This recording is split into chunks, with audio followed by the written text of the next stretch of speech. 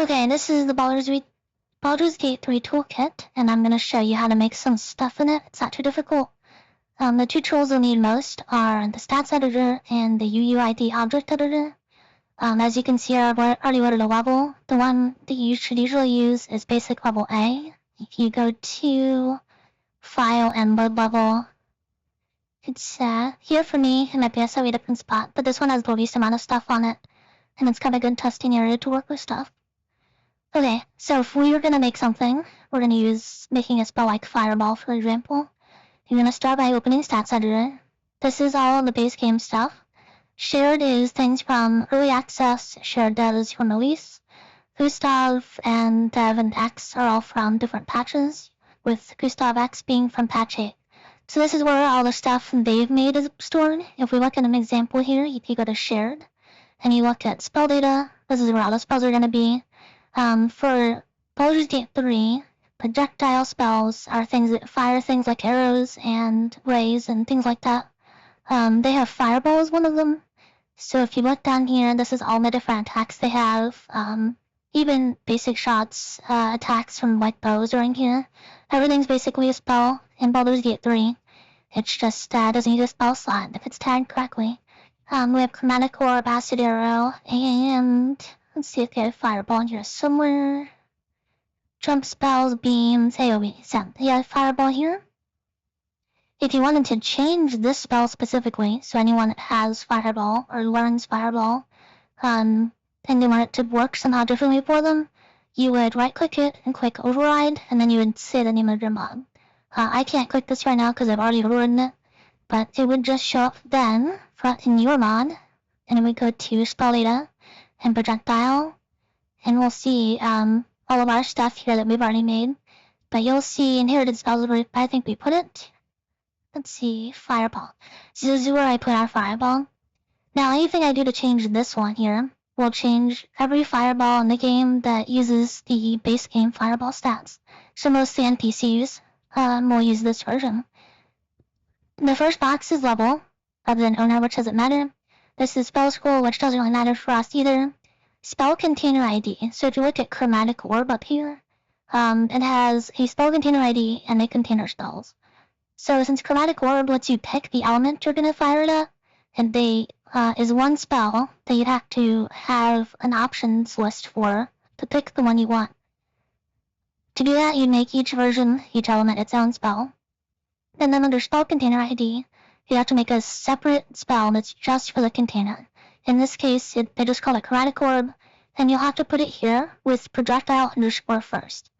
The first part is the type of spell, and you'll need that for basically anything that references the spell you want to add. So if we want to unlock the spell to somebody or anything else like that, you almost always have to put the type of spell first, followed by an underscore, and then the name. Then you'll have to go to Container Spell. Go to the container, so this is Chromatic Orb. You'll go here. As you can see here, it has all the different elements as the spell. This just links them together so that when you press the Chromatic Orb button, it'll show you these options. Okay, the next one is Concentration Spell ID. Not exactly sure this one works because we don't have concentration in Pathfinder 2nd Edition, so I haven't really messed around with that one too much. Cooldown is kind of what it sounds like. So if you look here, you have options like once per turn, or once per combat, once per rest. So depending on what you want to do, like an Ancestry spell that says once per day you can cast Fly or something, you'd want to do once per rest here. All AI flags is AI stuff. I don't mess with this, but it helps them use things, I think. I'm not exactly sure because we don't really mess with AI very much here. Right, the next one, Spell Properties, is what happens when you cast the spell all the time. No matter what happens, if people pass their saving throws, if you miss your attack, this is what's going to happen no matter what. So if you look at Chromatic Orb, in the case of Acid, which is the default one, you will create a surface of acid, and wherever the spell lands. So this is important for things that, especially for a video game like Fireball, you want to kind of light things on fire no matter what happens, like items and objects. So they have change surface, or surface change to ignite, and surface change to melt. So if there's ice or something, it'll melt it. Right, the next one is Target Ceiling, which is a limit on how high up you can throw something. It's not used a lot. It depends. So for jumping, but jump is considered a spell. It's under projectiles. You are the projectile in that case. You can set a limit to how high a character can jump, and that can also be increased from the ability score, which is what they do. But for fireball or spells, we don't really care about this. Target 4 is something similar. I think -1 is there's no limit. So if you want to fire the fireball straight down to its max range, you can. I'm not exactly sure, but I think that's kind of the idea. So in this case, if I put for target ceiling 9, which is 30 feet, I think it's in meters or something, it would make it so that you couldn't cast the spell higher than 9 feet above you. And if I set this to 9, you couldn't cast it more than 9 meters below you, or 30 feet. Target radius is the maximum range of the spell. In this case, fireball is set to 18 meters, which I think is 60 feet. And area radius is how big the burst is. So in this case, fireball is a 20-foot burst. This actually should be a 6. Unless I'm misremembering fireball, but this is also the NPC version. I give PCs a slightly different version that's more Pathfinder to be changed instead of just kind of altering the damage for NPCs. Add range for ability, so mostly for jumping, you can add your strength to the distance. Then if you have something else that would increase range based on an ability score, you could put it here. Death type is what happens when people die, so what they look like. Different death animations. Explode radius is just like, this one I'm not super sure on for something like fireball. I guess it'd be similar. But things, if you think about the spell Exploding Earth, or in Baldur's Gate 3 Ice Knife, it has a projectile that then explodes after it hits something. In this case, it probably is very similar. I think the area radius is more of a preview in this case, while Explode is just the actual blast. So I don't think I've used this very much, but I think it's because it's a projectile spell that it has to be this way. In Pathfinder, technically Fireball isn't a projectile, you just pick a point and explode it, so I definitely wouldn't use this. I would just use area radius as a burst spell. Amount of targets. So if you wanted to throw multiple fireballs, you could change this to a number like 2 or 3, and you can throw that many with one spell cast. It's good for things like Scorching Ray or Blazing Bolt, where you have to actually get a different number of rays to fire at different targets, with a Magic Missile, Force Bolt, Force Barrage, things like that. So whatever number you set here is how many times you basically can throw the spell per spell cast, how many targets you can pick. The next one is spell roll. So here you'll see what kind of attack or saving throw it is.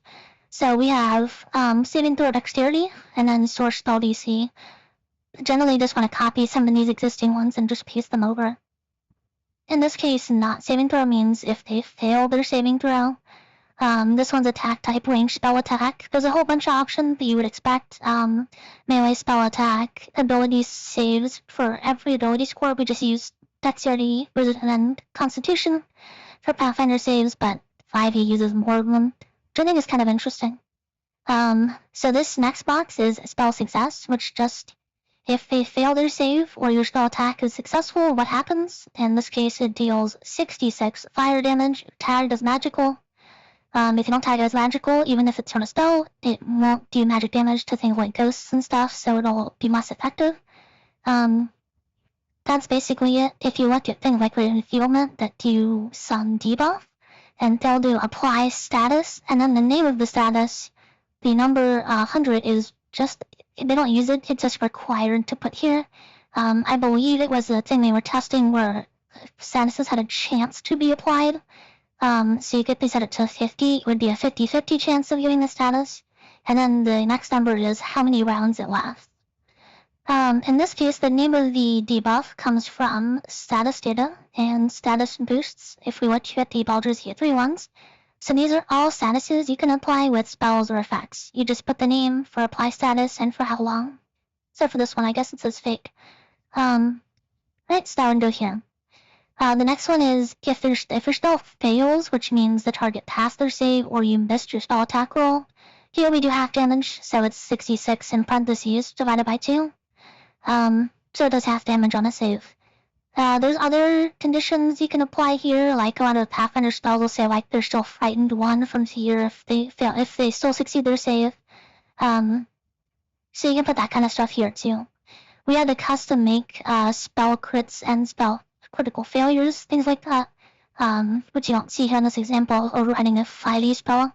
And I haven't gotten to changing all of them yet, but you'd have to make it yourself as well, which I can just put the code in separately. But it would be in a, you have to open a separate folder and in some kind of coding software like VS Code to write a short script using, I think it's Python, some converted version of Python. The next one, target conditions. So these are the conditions that have to apply for the spell to affect something. In this case, it's everyone except in 5e, if they have the passive scope spells, it won't hit allies, which is nice for them. But if you put nothing, it'll just hit everybody in the area, even items and stuff. If you put character, it will only affect characters, not self, it won't affect you, things like that. There's a whole bunch of options here, including like they have to have a certain status. You can put a whole bunch of different qualifiers here for which characters are affected. We have a couple ones for like harm and heal. Let's say they have to be tagged as undead creatures. So if you're looking for something specific for your spell or ability to work, just look at examples in 5e stuff and see what you can copy and paste here. Extra projectile target conditions.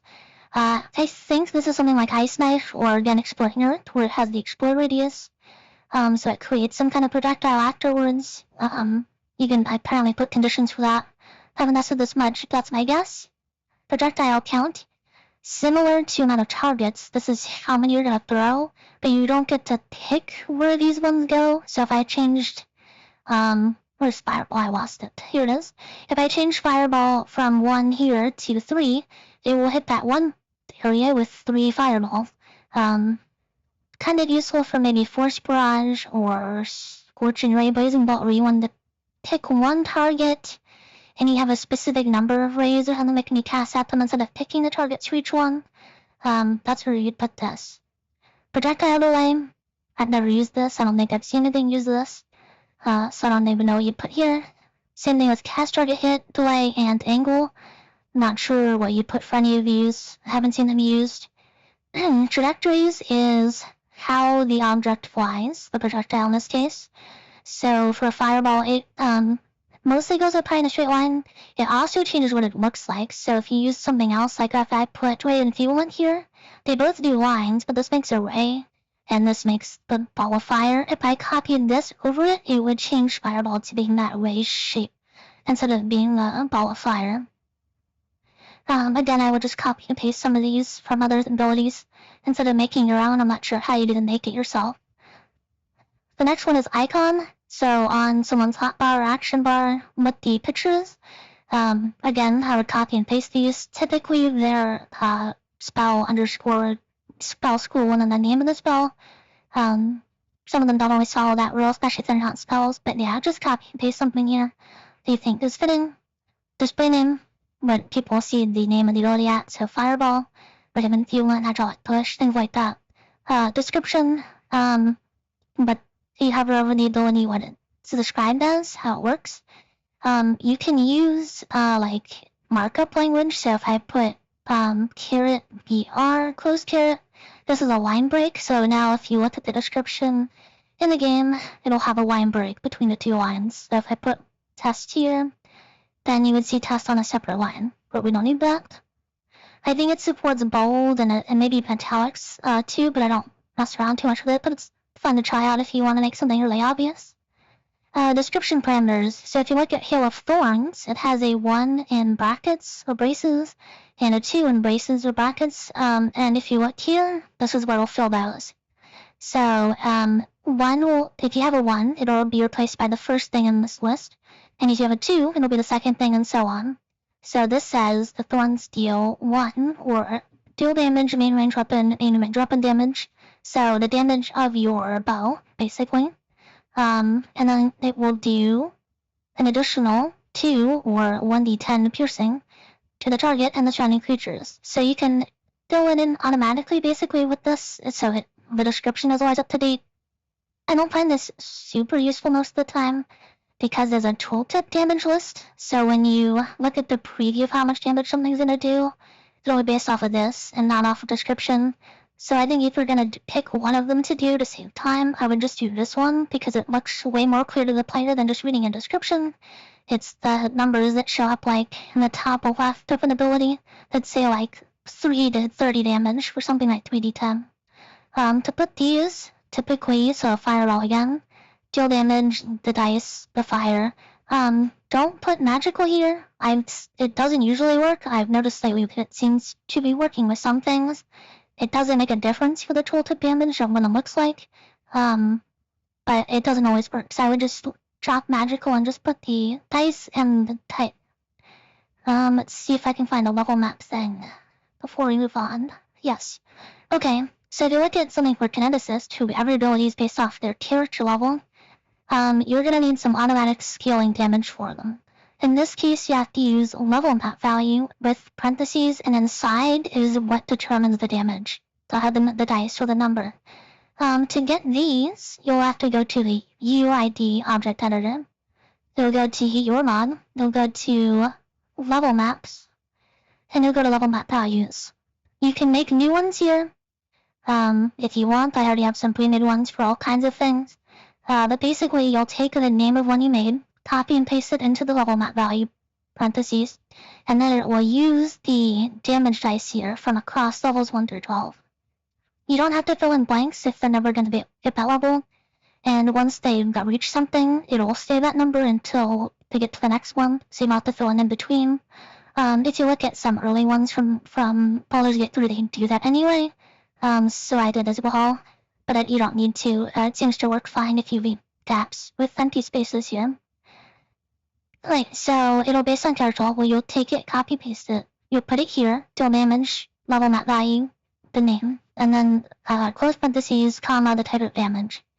You can put that in a lot of places, obviously including the tooltip, and obviously including the actual damage. Some would be based off of the character level instead. If we go back to Fireball, you can control F. Let's see, so you'll see that I'm control F in here, and it will show everything with the word Fireball, including like the cast sound, the cast effects, so make sure you look for the right thing. Alright, back to where we were. Right, tooltip attack save. Pretty much the same thing as you actually have for the type of spell roll. So ranged spell attack, or the ability score that you're rolling a save against, so dexterity. Tooltip status supply. This is mostly just a visual thing. So like, if you look at it in view, it shows the player when they're part of an ability what kind of status it'll apply, and I think for how long. But I don't think it tells you what it does. It just has a little icon that says this icon is going to be applied as a status. So you can put that here, it's helpful. But it doesn't give a lot of information, so it's not super important.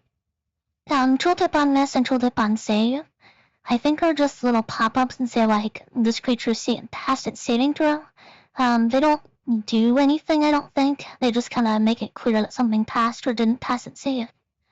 Tooltip upcast description. So, this is an automatic thing, I believe, that if you click like, the spell, if it knows its spell can be heightened because that's different ranks your levels, you can do a drop-down menu and say that it does additional damage or it has a bigger area.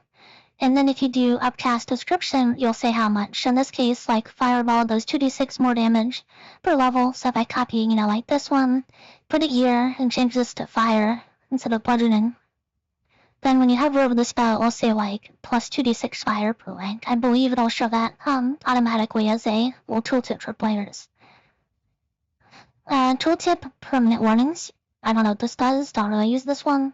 Prepare sound, loop sound, cast sound, vocal sound. These are all sound effects for when you cast the spell or are starting to cast the spell. If you click on it, your character's kind of doing some animation with some fire stuff. I would copy and paste these from similar spells you're working with or abilities, things like that. But they're just sound effects so they're more for fun. So you don't need them, but you can put them here from other stuff. A preview cursor is what your cursor, I believe, will look like when you're casting this. So Fireball has the cast cursor, but you can change this to like a sword for a melee attack, interacting with objects, the walking icons, wands, all kinds of stuff here. Typically, I think they just use cast or melee or ranged, I think are the options that they mostly use. But yeah, some options here if you want to change the cursor to something unique. And then cast X event, I don't think I've seen anything other than cast being used. I think this is also important. I think if you don't have something here, it will free you the animation for like 6 seconds and then just do it and it won't quite load in right. So just always put cast here, copy and paste it. Alternative cast text events, it should be cast, so I don't think you should fit in here. If you want to use your instrument, because it's like a bard spell or something, you put things here and go look at bard spells from 5e and copy stuff and paste them in here if you want to do that. Projectile terrain offset, don't use this for anything. Moving object summon template, don't use that. Projectile type, don't use that. AI calculation spell override, don't use this either.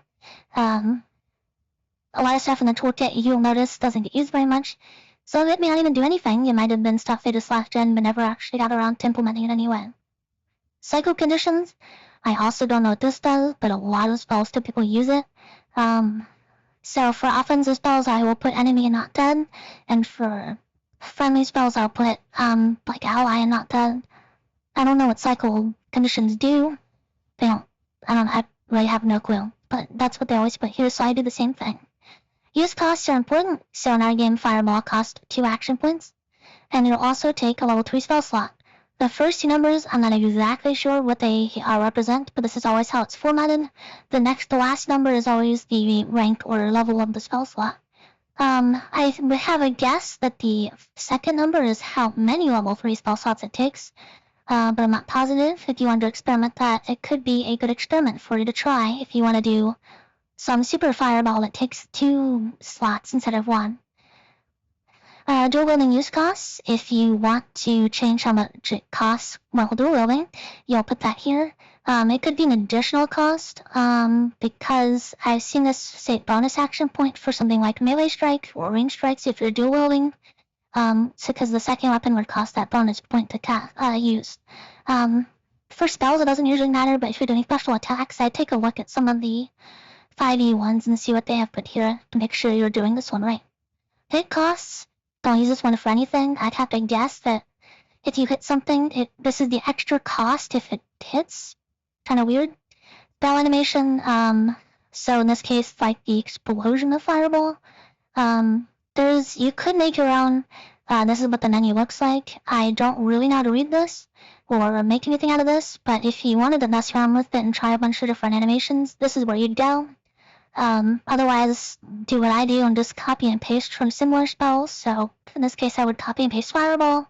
But if I was making like, we have like Divine Wrath, I might copy Flame Strike and just put its animation here instead. Because it's probably much very similar, or at least it's close enough.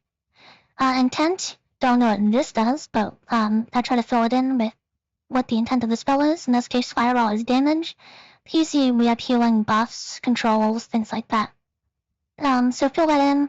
It might matter to AI, it might matter to people's reactions to using this ability.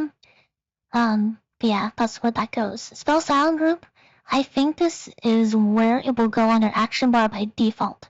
So like I think class ones will always go on the left of your action bar and everything else goes on the right, or maybe it's vice versa. Something just to mess around with, but I think it just controls where the item, where the spell kind of shows up on your bar when you first load in. But if you unlock your action bar, you can just move them ahead anyway. Required weapon type. So if you're doing something like Hail of Thorns, which requires like a crossbow or something, you can put that here. So it's more for weapons, not for spells. But maybe like for needle darts, right? You want to say, well, they have to be wielding a weapon, like a melee weapon, because you're going to deal silver damage and the other weapon silver somehow. Maybe you put that here, something like that. But yeah, mostly for like attacks with weapons, you'd put that here. Because you can put ammunition, you can put, I think, melee, two-handed, different weapon traits can go here. If you want to require a specific weapon that they're holding. Spell flags are important. If you see Fireball, this is all the default ones we have. It'll include things like, is it a spell? Important to put for spells so that the game reacts to them correctly. Verbal and somatic components, so they have reactions to that. If you're silenced, High ground range extension is kind of what it sounds like. If you're up high aiming low with the range increases. We don't technically have that in Pathfinder, but I think it's fine to include. It makes vertical combat a little bit more interesting in a three-dimensional space. Ignore vertical threshold is probably that limit, which we don't have anyway. Is harmful is probably important for something it is, so that the AI reacts appropriately to fireballing them. If you didn't have this picked, I don't know if they'd actually respond to blasting them, or to say how robust the AI is, but make sure you pick the correct spell flags, and you can copy and paste these too. So if you know for sure Tail of Thorns is what you need, just copy and paste these. Alright, spell action type, we don't use that. Type priority, we don't use that. Category, I don't think we've ever used this either. Let's see what options are in here. We do use this for jumping. Any kind of jump spell, you would want to pick jump so that it launches you. I think it's required. I've never tried doing a jump spell without this, but make sure you look at an example and see what they have picked here. Hit animation type is what the character will look like that's hit by the spell, so if they would like how they kind of stagger or look when they're blasted by it. Animation intent type, how you stand when you're using it. Again, not that important, we didn't put one for fireball. Spell jump type, important if it's a jump spell. Or flight or pouncing, apparently. Again, look at examples for which one might work for you, or just try them, see what happens with the different options. Minimum jump distance. So if this was a jump spell, what's the minimum, how close can you target to you? If we don't put anything, you could probably jump in place, just kind of jump up and down. But you can set this to like 5, so you have to jump at least about half your speed for minimum distance. Recharge values is for AI, so how often they will use this ability. No matter what the resources is, I think you'd put like 3 to 6. They will never use this spell unless 3 rounds have passed since the last time they use it. But as you can see, it can be arranged, so between 3 and 6 rounds, they'll use it again. Requirements. This one isn't quite as useful as requirement conditions, but it is things like you can only use this in combat, or you have to be wielding a specific weapon, or you have to have a shield on. Let me see if I can find an example. Probably not. We don't use these very often. No examples in projectiles. But we do have examples elsewhere. So, like if I put exclamation point, combat, that means that you couldn't use this ability in combat. That means not combat. If I take out the exclamation point, it means you could only use this in combat.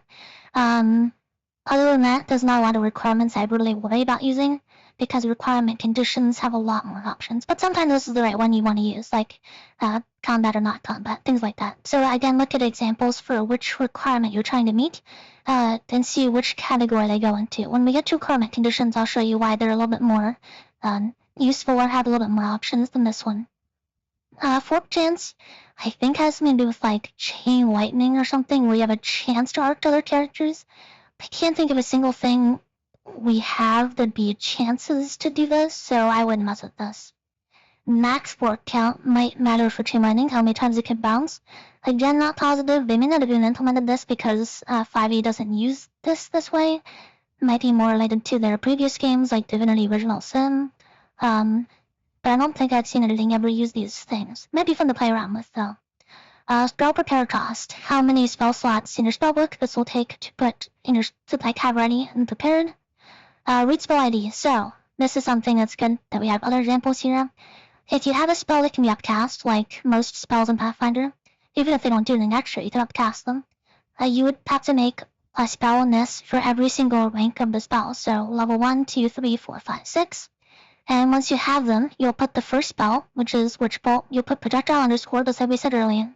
And you'll put that in every root spell ID box of the higher rank spells.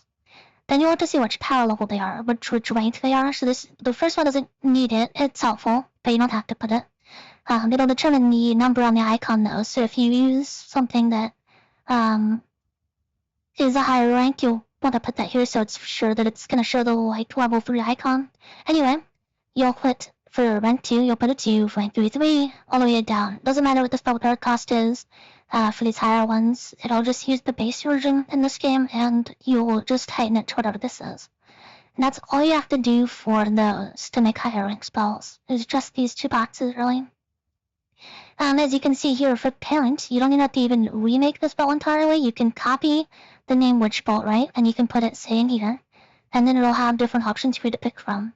You would then pick the one you want, and it will fill in all these like grayed out ones are because they have a parent filling in for them. If it's lit up white, it's the original version of this, like it's the parent, the owner. And these are all children stats. So you can write over them, but if you don't, this is what's gonna apply. So the other thing I guess that'd be important for heightening, just make sure you change its cost to a higher spell slot. Otherwise, it should heighten just fine. And use whatever stats you want to put. If it's a damage spell, make sure you change the damage numbers here for tooltip and for spell success. But yeah, anything obvious that'd be different in the spell is what you gotta have to change. Alright, so power level, we don't use source one and dex, don't know what that is. Requirement conditions. I said they'd be shown here more, but I don't have any here. Let me go down to like kineticist stuff, because I know we use some there. So if you look at kineticist stuff, to use any impulse, you have to have general elements up, and you have to have red elements. So like elemental blast wood, you'll have to have the channel element status wood, and you'll also put single quotes for has a status around the name of the thing. And then if you're checking yourself, you want to put comma context dot capital S source. So it checks to see if you, the character, meet this condition. This case, has status is from our set of status datas under status boosts. So you'll check this here, and you'll pick something like you have to have the status of off balance to use this ability, something like that. You can also have things like can you go up in actions, which is basically proficiency, which is also a separate thing. But if you want to double check, you can have both. Does it have a status? Don't need to put context here. I like to put context that the game is sure it's checking me and not anything else. Not a lot of other options here for projectile spells, but here's one that requires you have to have an empty hand, because this is a gusting wind, two blasts, so you have to have nothing in your offhand to do both winds. So a lot of options here for requirement conditions. Again, look at an example, but pretty much you can check just anything that's on a character to use the ability. Requirement events. I don't think we use these. I guess it would say when it's going to check your requirements, but most of our stuff is just you have to have it at all, and you can use it. Prepare effect. Getting too far. Prepare. Here's a good pointer. Go to options and turn off horizontal scroll sync. It is a menace. It's very annoying. When you start typing into a box, it will zoom your screen all over the place if you do not turn that off. So just turn it off. It doesn't really help, and it just gets in the way. Prepare effect and cast effect are what they sound like. Kind of like animations for when you are starting to prepare the spell and when you cast the spell. I'd copy and paste these from other things. Hit effect probably looks like he's on fire when you hit something. But yeah, it's just a visual thing. Beam effect is kind of what the beam will look like. Damage type, I don't know if these are used, but I always fill them in because they have it and they fill them in. But you determine the damage type in the deal damage category, so I'm not sure exactly what this is used for. The rest of it, I don't think we use. Shooting might be important, so if you're going to use a bow attack type thing, you might want to change it to range. They pull the range up in and don't shoot their bow with their hands, without it being their hands, shoot their bow with their sword. But for spells, it doesn't really matter. The rest of it we don't use. At least we don't use very often. Definitely not stuff I use. Making stuff because I don't remember using any of these before. Okay, so that's how you make basically a spell. You'll fill in all of those categories that you're going to do for it. And now if we want to give it to somebody, we'll take the name of the object, or in this case, might be better to look at something like we'll just do a fireball, fine. So we'll copy the name. We'll go to, say we want to do an ancestry feat to grant it as a once per day spell. In this case, we'd have to change it to once per day for cooldown, but if we go to stats and passives, let's go down, and let's make a new one. So we'll do ancestry and we'll do Fireball. Here's a tip too, if you want to make it easy for yourself to do a lot of the same things, kind of, but maybe different spells, you do an underscore in between the two words, and now if I double click on Fireball, it'll only highlight the word Fireball, so I can write over it. So the display name is Fireball, I don't know, Ancestry.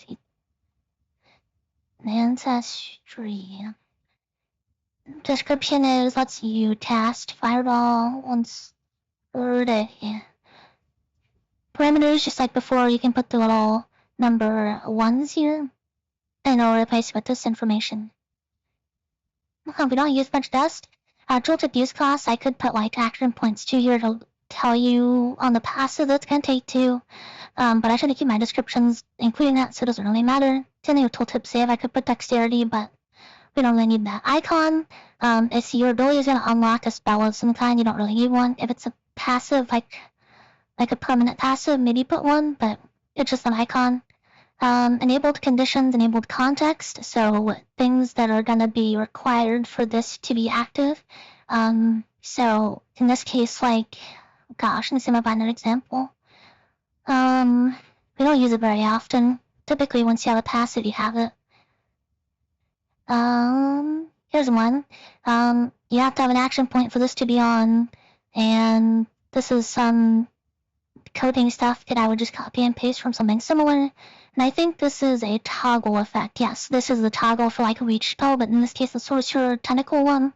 So you have to have these for it to be able to be turned on and toggled. But in this case, we just want to have the fireball all the time. So we don't care about properties, we don't care about boost conditions or context, we just care about boosts. Boosts is going to be important for a lot of stuff. It's like, if you have a status bonus, your attack roll is going to be a boost. If you have something unlocked, something, it's going to be a boost. What does this ability give you? In this case, it's going to give us that fireball spell. So we do unlock, spell, parentheses, and then we do have to put projectile, because that's the type of spell it is, underscore, and then the name, which we copied, and then close parentheses. Now, if you have this passive, you will get this spell. So if we just, now let's say we want to just say all humans have this passive. For anything that's class progression or race features, we would go to the UUID object editor. We would go to progressions, and we would go here, and let's say, what's the first one? All barbarians can cast fireball as an ancestry thing, whatever. So we go passives added, which passives it gets for free. Put a semicolon, paste it. There you go, done. Now all barbarians will get this passive level 1. They'll have Ancestry Fireball. That passive we set up to unlock the spell, which just lets you cast Fireball. It's important to note that even though we said it takes a level 3 spell slot, if you unlock it in this way, it will not cost a spell slot. It will just cost the actions. To cost a spell slot, you'll have to copy and paste some piece of code thing from a different thing. Let me see if I can find it. Here, like this one. So this is my list for NPCs to hopefully cast these spells. I don't know if they will. But if you see here, I have this random string of characters. It basically just translates to spell slot. It says this thing costs a spell slot of whatever it would cost, and it's these costs. If you don't put this, it won't take a spell slot. If you do put comma, comma, this line, it will take a spell slot. So that's important as well. So we don't want to cost a spell slot. Barbarians don't have any. So if we go back to progressions, if we load a level 1 barbarian, after we save this, and we save and export this, I will show you the example of this barbarian casting a fireball. Takes a minute because there's 788 things just in this. But let's see. So we go to game mode to test something. Once it loads. Okay. So here we have Lae'zel, who is Karlach. Karlach, who is a barbarian, so she already has it. She's a level 1 barbarian, so she has this. Like I said, it does say any level 3 spell slot, or that I don't have one, but it was the one they cast anyway. Because I didn't put the code in that required a spell slot. So we can just cast this. She throws it, we have a fireball. We didn't set it to once per day, so she can just throw these all day long as she wants, so we're definitely going to change that later. But that is making a spell and adding it to a progression for a class. If we wanted it to be a feat, we would do something very similar. We would take it out, so we'll do this, and we would go and let me actually copy this in case I don't have something else copied. We will copy that. Okay. To do it as a feat, we will have to go to lists. This is how we're doing it. You might find a different way to do it. Passive lists, and this is where we put all of our feats because we have them all as passives that unlock things. So if we wanted to be a level 1 fighter feat, we would, in this case you have to make your own. You don't have any defaults here. Put a comma after this one and put it here. And now all I have to do is be a level 1 fighter and it'll show up in your feat list to take this ability. But that's as simple as it is to do something like that. If we want to show something else, maybe something like some of the status data. So if you look at the boosts here, there's a lot of complicated things you can do here, like tick type and remove conditions. Let's say you just wanted a circumstance bonus 1 to AC, you would just do AC1. Again, I look at examples of stuff already in the game, try to think of what's in 5e or Baldur's Gate 3 that has a similar effect, see how they're doing it, and you'll probably find the line of code here that will do it for you. This is a bonus to attack rolls. We have conditions on when they're removed. So all kinds of stuff here.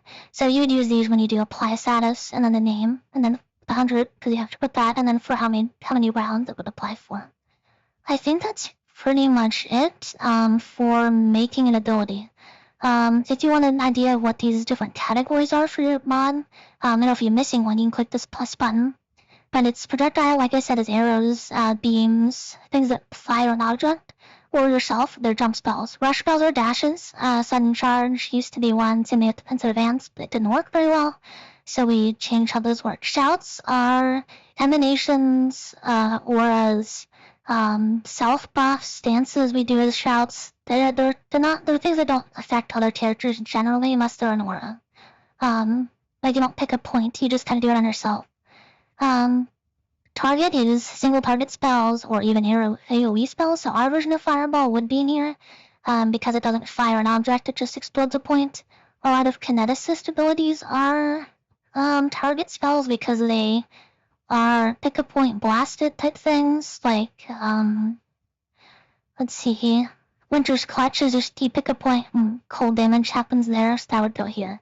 But yeah, single target spells, things like that. Teleportation is what it sounds like. Throwing, mostly objects. I've put fling out draft here from Genesis, hoping it lets you fling characters around. Haven't tested it yet to make sure it works, but I'm hoping it does. With the right conditions here for it to apply to 4 people.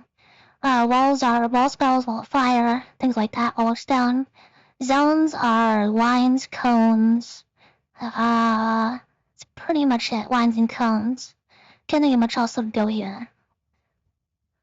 Yeah, I think it's just lines and cones. That's basically it for making something and where they would go. So I hope this was helpful, but feel free to ask me any questions if you have any.